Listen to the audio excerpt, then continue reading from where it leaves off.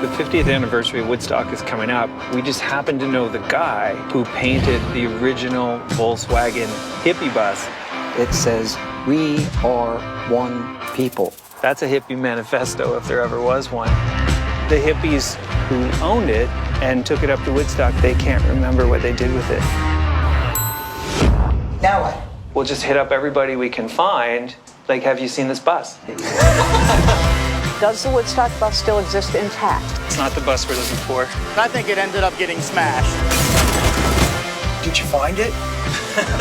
I think someone has it somewhere. Yeah. Probably 500 Volkswagens here.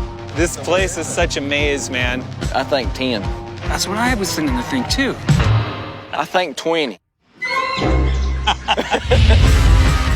The story of looking for it really becomes a metaphor for looking for our soul. You're gonna find that bus something that deserves to be resurrected.